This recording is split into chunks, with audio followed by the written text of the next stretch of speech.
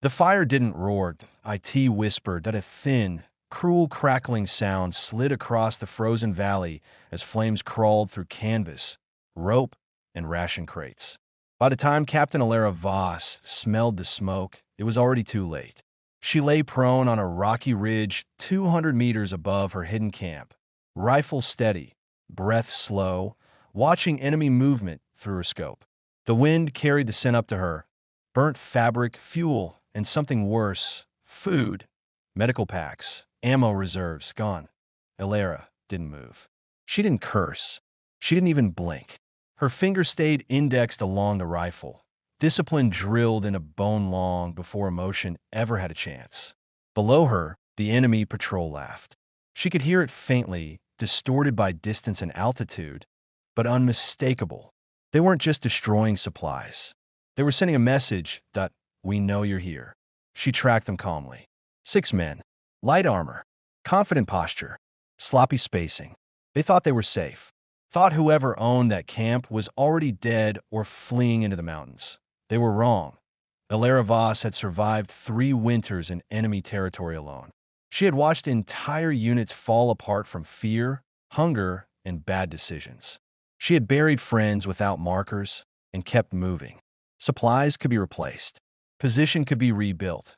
But intent had consequences. The patrol finished their work and melted back into the treeline. Alara waited another full hour after the last heat signature disappeared. Patience wasn't something she practiced. It was who she was. When she finally rose, the sun was dipping behind the peaks, painting the snow in blood-orange light. She slung the rifle, descended the ridge without leaving a single readable track, and reached what remained of her camp. Ash, blackened metal, a crushed photograph half melted at the corner. She picked it up. It was old. Creased. Her unit, years ago before the war, turned ugly. Before command stopped answering extraction requests. Before she became a ghost with a call sign no one said out loud anymore. Alara slid the photo into her inner pocket. "They want Dawn," she said quietly to the empty valley. "Fine." That night was the coldest yet. She relocated twice, finally settling into a narrow rock alcove overlooking the valley floor. From here, she had visibility on the enemy's forward route, an old supply road they'd started using again, arrogant enough to move commanders through it at first light. She inventoried what survived: .1 rifle, .3 magazines, .2 rounds loose in her pocket, .1 shot. That mattered. Alara cleaned the rifle with ritual precision, hand steady despite hunger gnawing at her core. She didn't rush. Rushing wasted energy. Wasted energy killed you. As darkness thickened, memories crept in. The first time someone laughed at her during training. The first time a superior officer questioned her presence. The first time a man froze when she took a shot he swore was impossible. She wasn't angry anymore. Anger was loud. She was focused. Dawn came quietly, a pale line on the horizon. Wind shifting just enough to matter. Alara adjusted her position millimeter by millimeter, aligning bone, breath, and barrel. Her scope drank in the valley as thermal slowly gave way to natural light. Movement: .2 vehicles. Command escort. 1 high-value target. She could tell by posture alone. The way others deferred. The way he didn't scan the ridgelines himself. Arrogance was universal. She measured distance, adjusted for wind, adjusted for elevation, adjusted for the fact that she had exactly 1 round she trusted. The target stepped out briefly, speaking to his men, gesturing toward the burned remains of her camp far below. He laughed. Alara exhaled. The shot cracked once. Sharp, clean, final. The man folded backward without sound, helmet snapping against the gravel as the round found exactly what she promised it would. Chaos erupted instantly.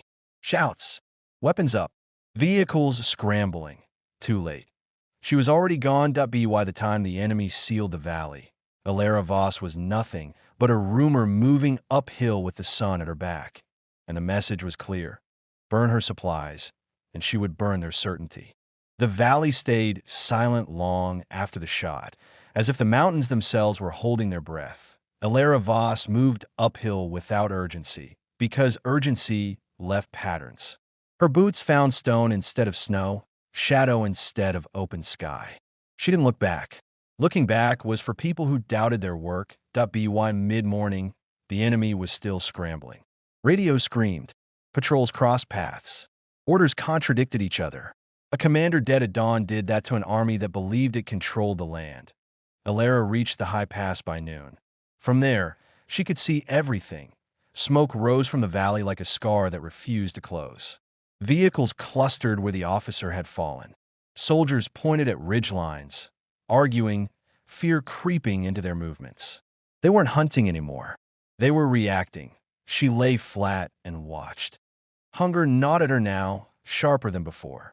Burning her supplies hadn't just been symbolic. It was strategy. Starve the sniper. Force her to move. Force mistakes. They still didn't understand who they were dealing with. Alara adjusted her scope and counted point 1, point 2, point 3 patrols moving wide. Smart. Too smart for the men she'd seen laughing the night before. Someone new was giving orders now. She smiled faintly. Good. She moved again after sunset. Down through a ravine no drone could map properly. Across ice so thin it sang under her weight.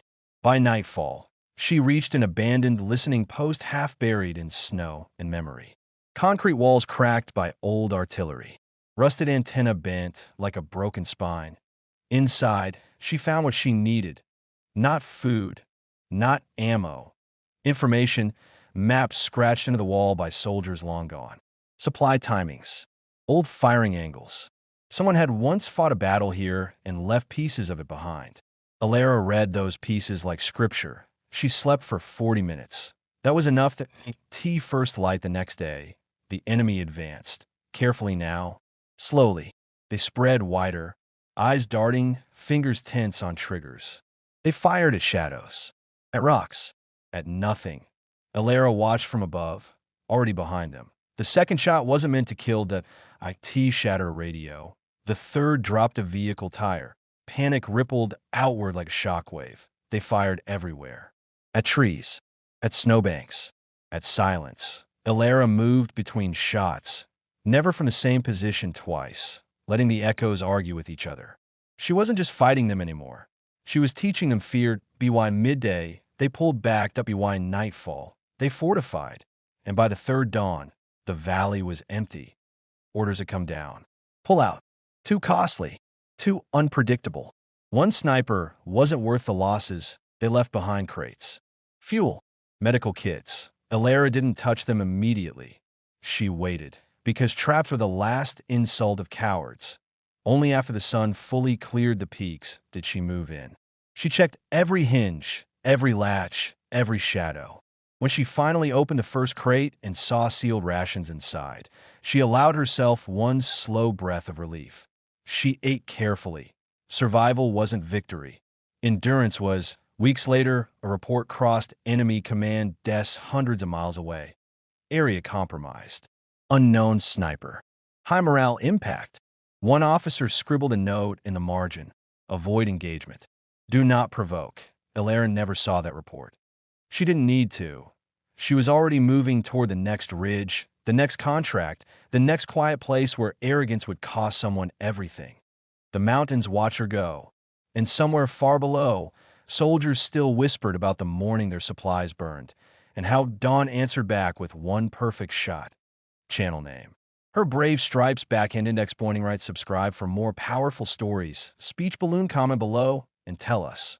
Where are you watching from?